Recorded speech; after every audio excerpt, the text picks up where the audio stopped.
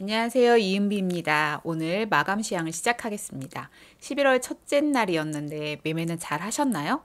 다른 날보다는 조금 매매하기가 수월한 장이 아니었나라는 생각을 해봅니다.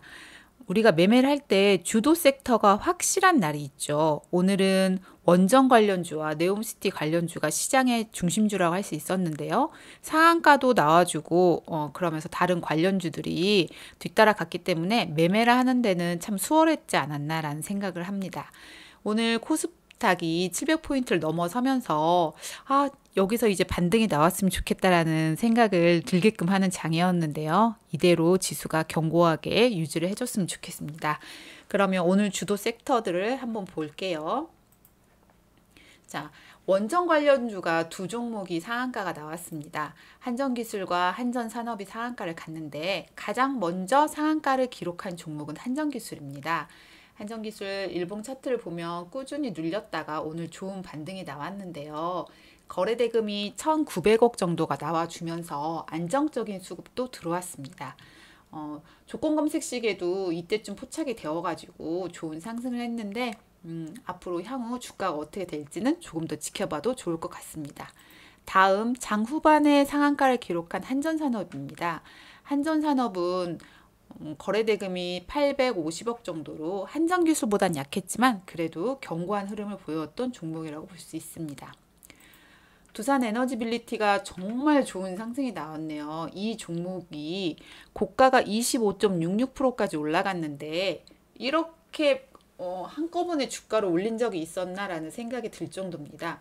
거래대금 역시 7,700억 정도가 들어오면서 수급을 거의 다 가져가지 않았나라는 생각이 드는데요. 삼성전자 다음으로 수급이 많았지 않았나라는 생각이 듭니다. 그래서 두산에너지빌리티 역시 좋은 상승을 보여줬기 때문에 지켜보면 좋을 것 같습니다. 다음 원전 관련주로는 BHI, 한신기계, 한전 KPS, 일진파워 차트들이 거의 분봉 차트들이 비슷하네요.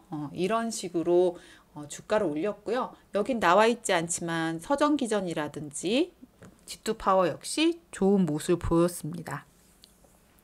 그 다음 시장의 관심주였던 네옴시티를 볼게요. 네옴시티는 오늘은 유신이 대장이었죠. 그동안 한미글로벌이 대장 역할을 했었는데 유신이 보시면 이때 여기 고가를 넘으려고 하다가 약간 주춤해서 다시 조정을 받았습니다. 그런데 오늘 어제 이 고가권까지 차트를 만들어 놓더니 오늘은 시가 갭을 띄우지 않고 아주 좋은 상승이 나왔습니다.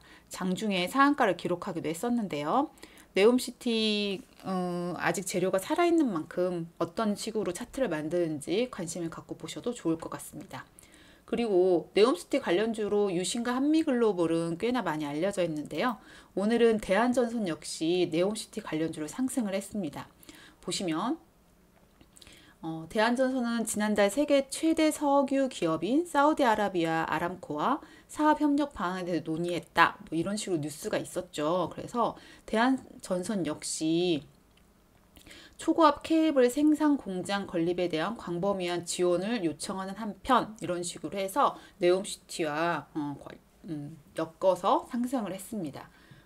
그리고 세아투스강 네옴시티가 아무래도 건설 쪽이다 보니까 이쪽으로 관련된 기업들이 관련주로 많이 편입이 되는 모습을 보여줬는데요. 세아투스강도 보시면 작년 9월 아람코가 대주주인 사우디 산업투자공사와 사우디 현지 스테인리스 무게모 강관 튜브 공장 설립을 위한 2,300만 달러 규모의 합작 투자 계약을 체결한 바 있다 해서 과거 뉴스가 나왔죠. 그래서 오늘도 좋은 모습을 보여줬는데 보시면 앞에 있는 정보를 모두 뛰어넘었네요.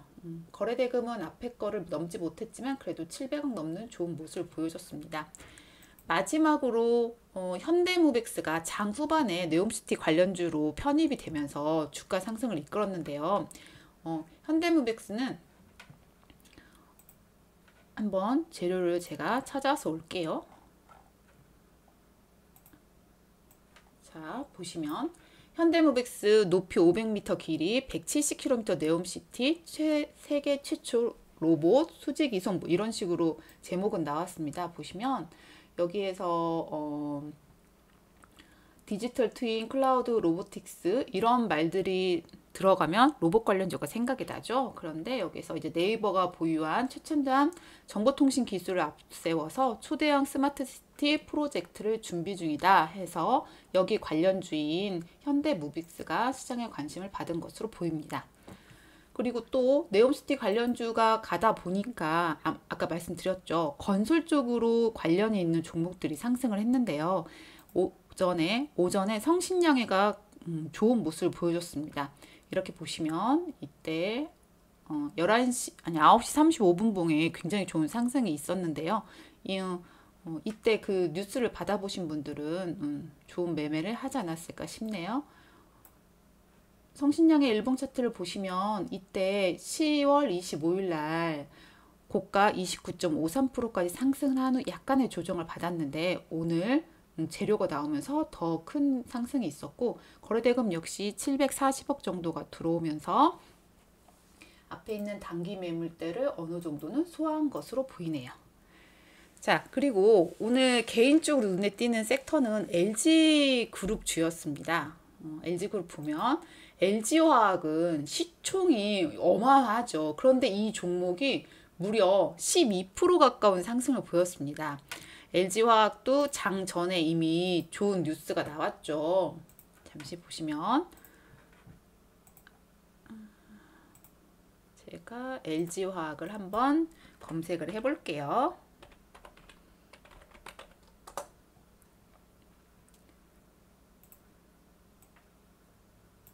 LG화학은 3분기 영업이익이 전년에 비해서 월등히 높은 걸로 나왔고요. 그래서 이게 실적이 좋다 보니까 여기에 관련된 종목들이 동반 상승을 한 것으로 보입니다.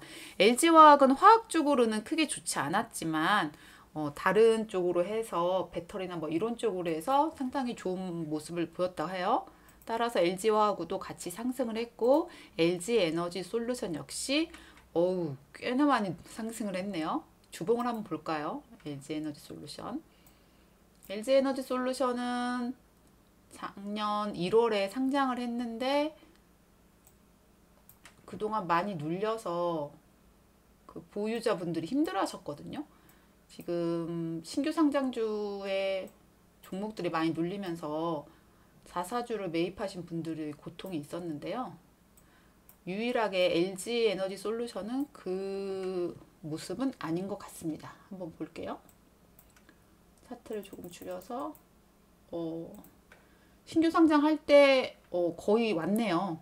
이러면 이 자사주 매입할 때가 33만 원 정도라고 알고 있는데 자사주 매입하신 분들은 큰 소득을 낼 수 있을 것 같습니다. 자, 개별 종목으로 눈에 띄는 것들 몇 개 찾아보겠습니다.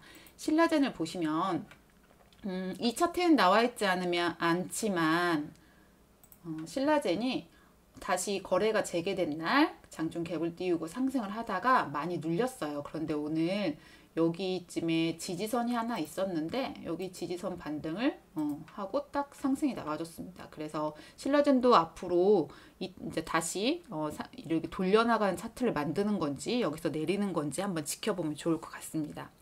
동국산업은 개인적으로 이 종목은 좋다라고 판단을 해서 제가 올렸던 건데요. 동국산업 한번 보시면 어제 거래대금이 들어온 후에 주가를 밀고 오늘 다시 상승을 했죠. 여기도 역시 21선을 지지를 받으면서 더 이상 내려가진 않았는데요. 오늘 좋은 상승이 나왔습니다. 고가가 13% 정도 올랐네요. 그리고 오늘 또 상한가를 기록한 CKH 차트를 보겠습니다. 사실 이 차트는 잘 모르겠어요. 그런데 이제 최대 주주 변경 공시가 나오면서 오늘 아침에 좋은 모습을 보였고 조정을 받은 후 다시 상한가를 기록했습니다. 1승 차트를 한번 보겠습니다. 1승도 이때죠. 작년 8월 정도부터 좋은 모습을 보이다가 뚜렷한 반등 없이 주가가 하락했는데 오늘 21선 위에 올라서면서 좋은 상승이 나왔습니다. 23.82%까지 상승을 했는데요.